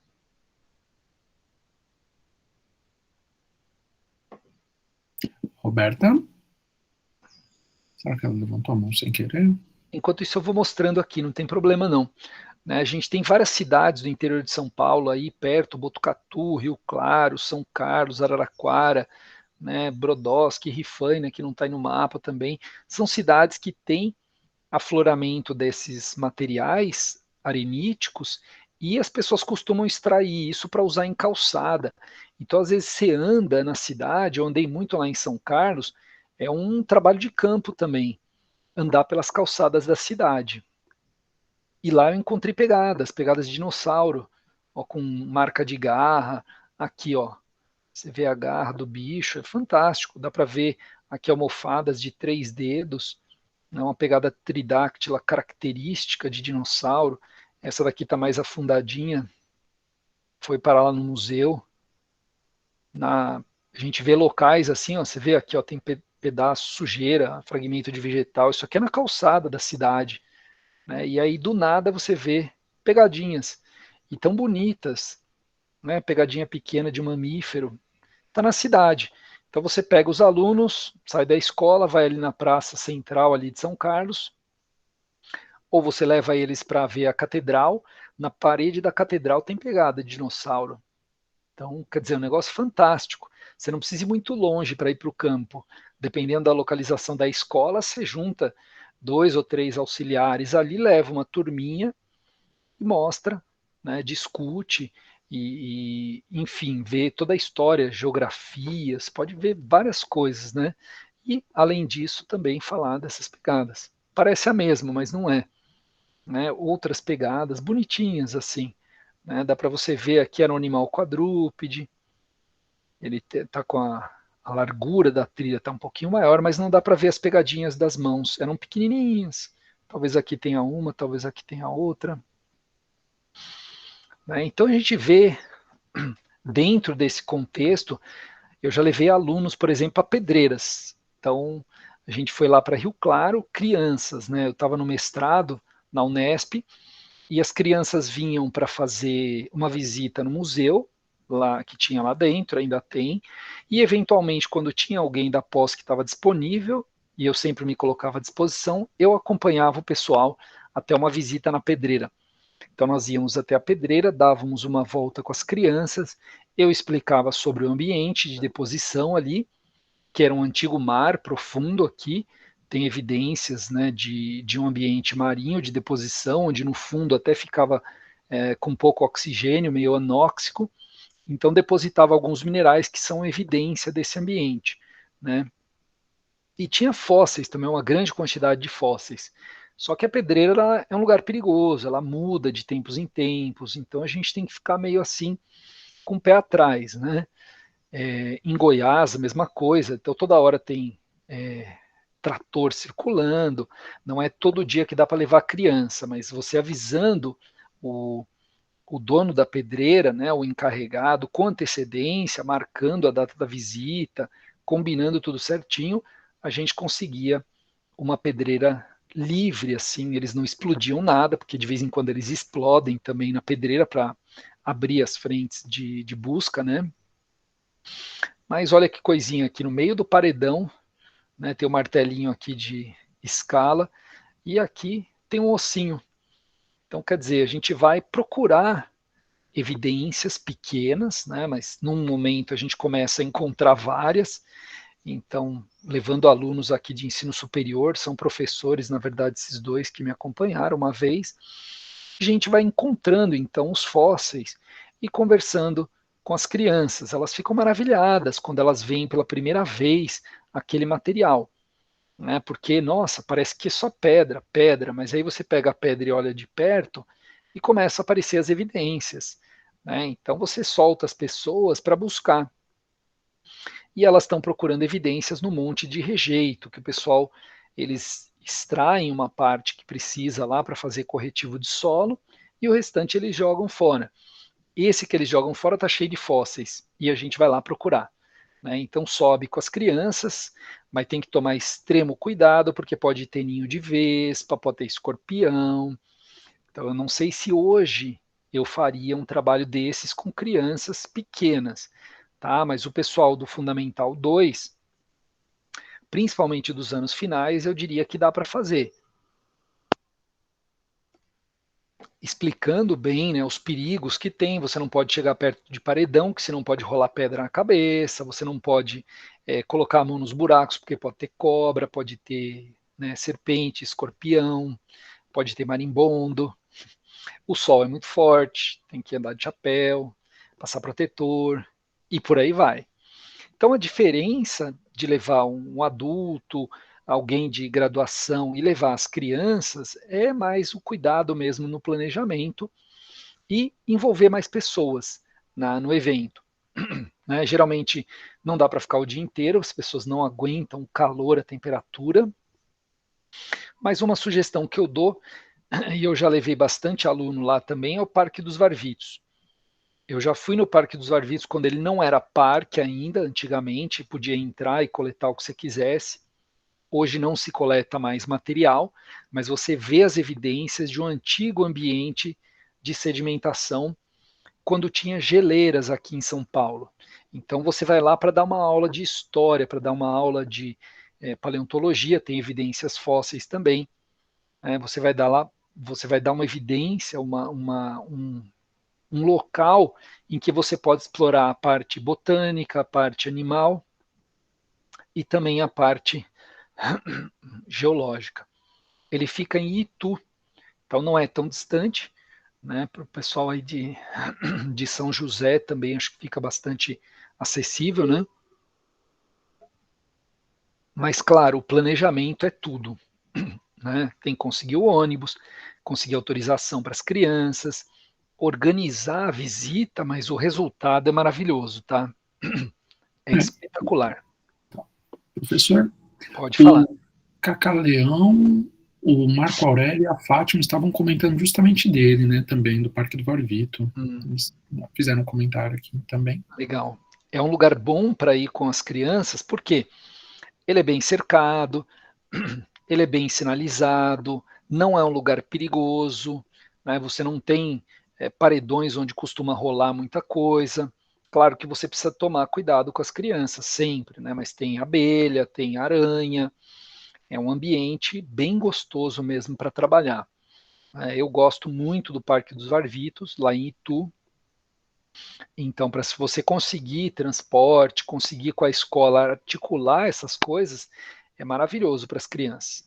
É um dia de trabalho onde você vai estudar o ambiente, vai estudar a rocha, vai ver como é que era no passado, vai fazer uma projeção para o futuro.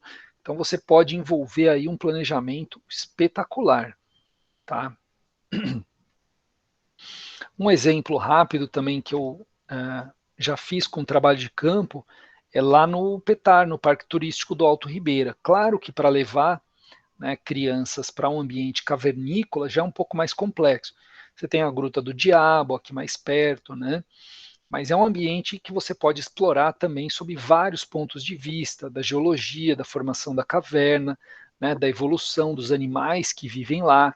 No caminho você tem a trilha, você tem as plantas, então você tem a mata, né, extremamente exuberante que pode ser trabalhada, os animais, a própria história do parque. Né? Antigamente, os caras que hoje são guias, né, como esse rapaz aqui, eles eram, antigamente, alguns deles, palmiteiros, eles cortavam palmito na mata, eles destruíam. E hoje eles estão lá trabalhando para preservação, eles são guias. Né? Então você tem esse estudo ambiental também perfeito para caber dentro desse trabalho de campo.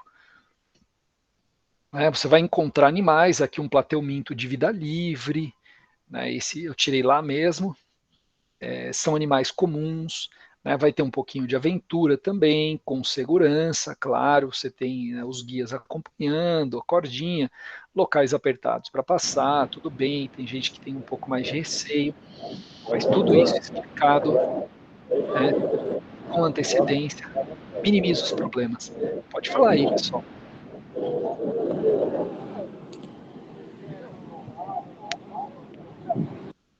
Desculpa, professor, alguém tinha ligado o microfone aqui, sem querer, eu Tranquilo, acho.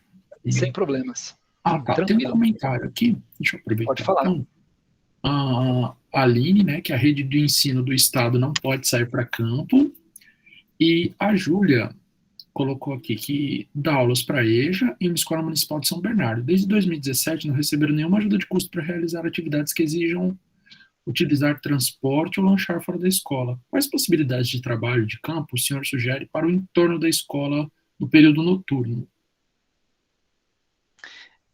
Aí a gente tem um problema sério, pessoal. Bom, primeiro, não poder sair, é muito triste isso, porque você perde um ambiente de ensino extremamente rico, né? No entorno da escola, à noite, depende muito da localização da escola, mas provavelmente é o jardim dentro da escola, né? Para você poder explorar algum ambiente, provavelmente árvores frutíferas que tenham dentro da escola, deve ter alguma. Você poderia ouvir morcegos, poderia visualizar morcegos voando eventualmente, né? Mas à noite, usar assim, luz para atrair mariposas, para comentar alguma coisa sobre essa cadeia ecológica que trafega aí à noite, né? As mariposas, os morcegos, Mas assim, para sair da escola à noite, eu não sei, depende muito do lugar, mas eu não estou imaginando uma escola que seria bastante tranquilo para você fazer isso. É um risco muito grande. E infelizmente a gente não consegue correr esse risco, porque depois a bucha é para você, né, professor? Ah, professor, né, tá vendo? Falei que não ia ser legal. Então, é difícil. A gente sabe que é muito complicado trabalhar dentro desse contexto, porque não pode fazer, não tem recurso e não tem lugar para sair, porque à noite é perigosíssimo, tá? Então, assim, a recomendação que eu dou seriam lugares, por exemplo, à noite tem que ir de sábado, tem que ir de domingo, né? É complicado. Teria que ir num zoológico, num lugar assim que dá para controlar, né? Mas à noite, no escuro assim, bom, no entorno da escola é difícil, tá? Mas o zoológico agora, por exemplo, oferece passeios noturnos, né? Oferece passeios em que você vai ver os bastidores da alimentação de alguns animais, então eles têm algumas opções diferentes, mas isso, claro, custa dinheiro, né? Custa recurso, e a gente sabe que a maioria dos alunos, dependendo da condição, né, não tem esse recurso. E só para ilustrar aqui, né, nesse ambiente de caverna, isso daqui não se faz mais, tá? Antigamente era possível. Antigamente a gente entrava na caverna até o fim, tinha banho de cascata lá dentro. Hoje em dia, nada feito. A maioria dos lugares está tudo delineado, você só pisa em madeiras, você não pisa mais no substrato da caverna, porque isso daqui realmente é bastante complicado. Eu lembro que as pessoas passavam muito a mão nas estalactites, né? E a mão está suada, tem gordura, tem, né, glândulas aqui, sebáceas em tudo que é canto, e a gente fica passando ali. Então foi feito um estudo que perceberam que aquelas estalagmites que estão crescendo aqui, para juntar com as estalactites do teto e formar um pilar, não cresce mais, porque a água pinga e ela escorre por causa da gordura do pessoal ficar passando a mão ali. Então, hoje em dia, as cavernas elas estão bem mais restritas nesse sentido para a visitação. E a gente sabe que tem coisas muito legais para estudar lá dentro, né? Aqui dois insetos, né? Um grilo e um hemíptero aqui. Ele está todo coberto, é uma adaptação fantástica, que o bicho você nem consegue vê-lo praticamente. Então, dentro da caverna tem coisas muito legais para se estudar. É uma opção, claro, mas a gente sabe que depende muito de recursos para conseguir chegar nesses locais, tá? Mas a gente sabe que o resultado é fantástico, seja ele qual for o trabalho de campo, pessoal. Pode ser a visita ao jardim da escola, pode ser a visita ao parque que tem do lado da escola, o zoológico. O resultado é sempre o mesmo. As pessoas elas voltam empolgadas, elas voltam revigoradas, elas têm um interesse maior em aprender. E essa questão da integração, né, é importante. Você vê que as pessoas começam a conversar, trocar informação. Pessoas que não conversavam muito, né, em sala de aula, você percebe que elas são diferentes. Então você consegue trabalhar essas coisas, tá? Eu acho que não tem como a gente fugir disso. Desenvolvimento de autonomia, da cooperação, né, a parte do erro como parte da construção do conhecimento. Então você vai para a natureza e você pega dados, né, pode cometer erros também. Pode falar aí. Professor, o pessoal fez algumas sugestões aqui para aula de campo noturno, né? A Roxana colocou que tem alguns planetários que têm observação noturna, né? Na Zona Leste tem o Planetário do Carmo, em Santos tem visitação noturna no Orquidário. A Cláudia colocou que à noite a astronomia vai bem, né? Estudar a lua, as constelações visíveis, né? O pessoal contestou aqui a ideia de sincronizar, né? O horário da turma com o clima também. O Adriano colocou que já passou por situação semelhante no noturno, ele levou os alunos para observar vasos de plantas de escola e o resultado de treinar a observação foi proveitoso, né? E que mais? Bom, eu acho que é isso. Tá? Legal, valeu pessoal, é isso aí, tá vendo? À noite dá para fazer muita coisa. Agora, perto da escola, depende de onde é a escola, né? Então, tem opções? Tem. Observação, se você tiver um telescópio, fantástico levar para a escola, né? Hoje, em tempos de pandemia, a gente vê tudo com uma dificuldade tremenda, né? Porque aí você tem que colocar o olho, e aí tem contato com partes úmidas, você tem que ficar limpando o tempo todo, e tem as lentes, as objetivas, as oculares, é complexo, mas assim, o resultado é fantástico, né? Eu já dei aulas que eu usei o telescópio e, nossa, sempre o resultado é espetacular. Era um outro contexto, né? Mas eu lembro que eu levava o telescópio na escola, montava assim, a gente ficava horas e horas observando dentro ali do limite, né, das aulas, para também não interferir com o conteúdo, mas o resultado era sempre muito bom, tá? Então, toda vez que você sai da sala de aula para que o aluno possa observar, ele possa colher dados, ele possa trabalhar com esses dados, vai ser um ganho fantástico, né? Então, é justamente pensar, fazer, sentir aquela situação para que ele possa saber como é fazer uma investigação, tá? Então, aprender ciências é isso aí, pessoal, é respeitar as diferenças, é perceber, né, estudar, observar, incorporar novos conhecimentos, a gente tem que usar o que tem à disposição, tá? Tem bastante coisa à disposição, então a gente pode ver um museu ainda que seja virtualmente, mas é um espaço fantástico para aprender. A gente tem as pedreiras, tem os parques, o zoológico, as cavernas, por que não? Os observatórios, os aquários, né, pessoal? Não dá para esquecer também dos aquários. Então, tem as praças, né, perto da escola, tem o próprio jardim da escola, a horta da escola. Então, se você for na horta durante o dia, você vai ver um bicho. Se você for na horta à noite, é completamente diferente. À noite, quando não tem sol, vocês vão ver lesma, vão ver moluscos em geral, né? Vão ver caramujo, por exemplo, né? Que você não vê muito durante o dia por causa do calor, da intensidade.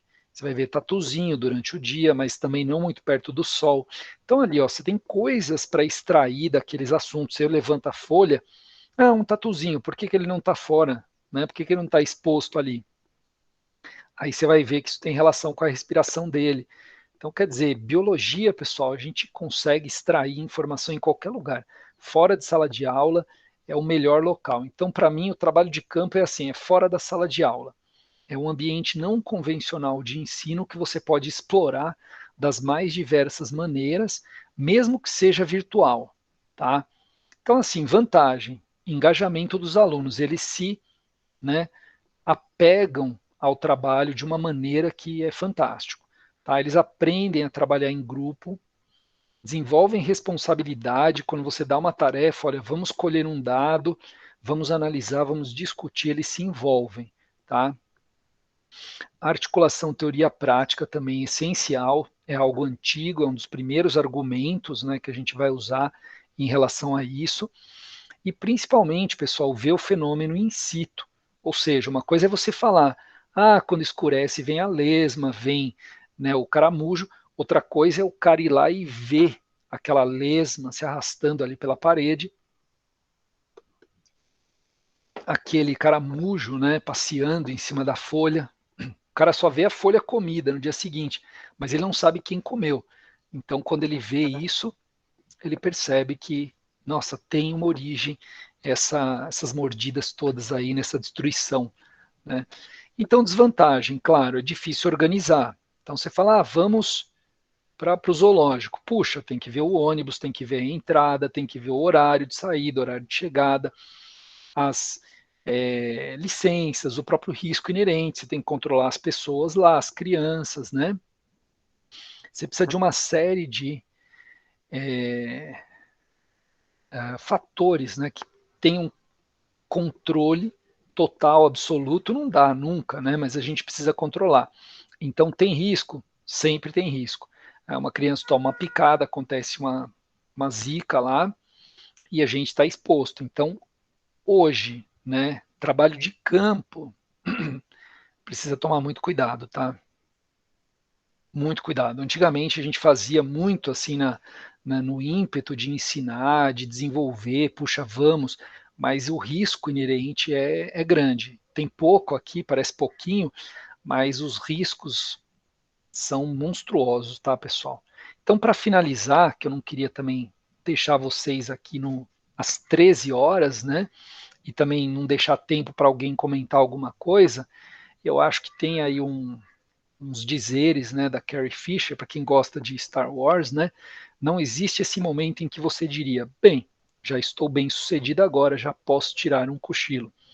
A gente nunca está, né, satisfeito, então esse é um ponto importante. A gente tem sempre que trabalhar e buscar produzir, né, buscar cada vez mais ensinar e abrir mão dessas ferramentas. E o trabalho de campo é uma delas, tá? Para poder incentivar, engajar o aluno, desenvolver habilidades que eles vão efetivamente precisar na vida.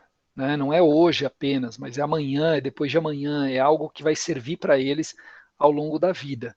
Né? Então, assim, bem sucedido no ensino, né? Eu já tenho 20 anos de ensino aí, eu acho que eu faço um bom trabalho, mas eu nunca estou contente. Né? Eu sempre vou dormir 1h30, 2, dependendo da noite, até 3, né? Eu estou buscando não fazer isso, mas às vezes a gente fica, né? Estica porque quer fazer o máximo, mas a gente tem que limitar um pouquinho também, né? Por quê? Porque tem que pensar um pouco na nossa saúde mental. Eu sei que o professor está muito exigido hoje com essas aulas híbridas, vocês têm que bolar atividade para o presencial, vocês têm que bolar atividade para o sujeito que está pelo computador e para o sujeito que não tem o computador. Então, são 3 atividades que você tem que bolar, diferenciar, corrigir, dar feedback. Então, a gente sabe que o professor hoje ele está demais de atribulado, né? A gente vê que no C10 mesmo está difícil em alguns momentos para prosseguir, né, com o trabalho, porque a gente sente que vocês estão apertados. Então, de vez em quando, dá uma pausinha aí, respira, percebe o ambiente à sua volta e evita olhar muito para frente, né? Porque essa ansiedade acaba consumindo a gente. Então evita, né? Pensar o que vai acontecer uma semana, daqui um mês, daqui um ano, calma, né? Vai no hoje, vai fazendo o que você tem para hoje, vai organizando, tá? E, né? Para finalizar aí a exposição e a gente vê alguma dúvida que tenha ficado, né? Uma pequena homenagem aos professores heróis do nosso tempo, né? Uma banda que eu gosto, é uma música deles, então acho que é importante a gente lembrar. É uma banda de heavy metal, então eles têm um toque bem rápido que segue o ritmo da vida do professor aí, né? Um negócio que é, enfim, intenso, né? Bastante intenso. Então, parabéns aí a todo mundo, professor, né? Que está trabalhando para a gente avançar nessa difícil tarefa de criar aí uma massa crítica para o futuro. Então, se alguém tiver alguma pergunta aí, pode ficar à vontade, pessoal. Eu acho que falei até demais, né? Exagerei. Não imagino, professor. Acho que foi muito bom. Acho todas as falas, né? Tem uns últimos comentários aqui. Da Renata, né? Conheceu o Petar em um grupo de professores em 2018 e ainda fizemos uma vivência em um quilombo. Foi fantástico mesmo. O Cacaleão colocando que tem alguns sites e aplicativos que podem ajudar, não é a mesma coisa, né? Para observação de astronomia, né? Acho que Skyview tem Stellarium. É legal. Legal, bacana. E aqui o Leandro colocou que algumas lanternas nas mãos dos estudantes podem ser um bom início no jardim da escola. Aí a Júlia colocou que na escola dela não tem jardim, né? E esse lugar dependem de investimento público no geral, né? Que eles iam para o Planetário, Paranapiacaba, e faziam uma série de atividades culturais, né? Mas o governo tirou essa mamata deles, né? Puxa, que Infelizmente. triste, né? Sim, sim. E aqui agora no Corte final de bastante recurso elogio. nunca é bonito, né? Infelizmente, a gente sabe que o ensino, tanto quanto saneamento, né, saúde, não são vistos como investimentos. Né? O pessoal acha que é gasto. Na verdade, se você der saneamento para as pessoas, né, e a pessoa, consequentemente, vai ter saúde, não vai usar o sistema o tempo todo por coisas que poderiam ser evitadas, vai ter mais tempo para estudar. É impressionante, né? Puxa a praia, Fátima, verdade. Dá para usar dá para levar para a praia também. Quem mora perto da praia, né? Mas a gente sabe que às vezes não aparece isso, a questão do saneamento, a questão da educação, né? As pessoas não dão muita bola para isso, mas a gente sabe quão importante é formar as pessoas, né? Formar pessoas que sejam críticas, que tenham habilidades, e agora com a BNCC a gente está vendo que é um baita trabalhão para implementar tudo isso. Não é fácil a gente partir de um paradigma, esse mais antigo que a gente tem, né, a questão conteudista, para esse paradigma mais, né, mão na massa, como a gente pode imaginar, né? Mas legal, pessoal, que bom que vocês gostaram aí. Eu estou vendo as mensagens aqui no chat. Né, alguém tinha pedido aí, a música é Heroes of Our Time, se eu não me engano, né? A Mônica quer terminar com a música, né? A música é muito tensa, pessoal, porque é muito pesada. É uma banda de rapid metal, chama Dragon Force. Ah, o Dragon Force, muito bom. Mas eu acho muito legal. Eu acho que combina com esse ritmo maluco que a gente vive aí, preparando aula de segunda a segunda, uma baita correria. Valeu, Josimar, aí o pessoal que está comentando, obrigado, gente. Aqui a Silvia comentando, né, que já teve alguns impedimentos em algumas escolas, a direção não permitia a saída da sala para os jardins por causa do barulho, que atrapalhava os outros professores, não podia fazer horta, entre outras coisas. É uma pena, né? É uma pena mesmo, porque a horta é um instrumento de ensino ali, de conscientização.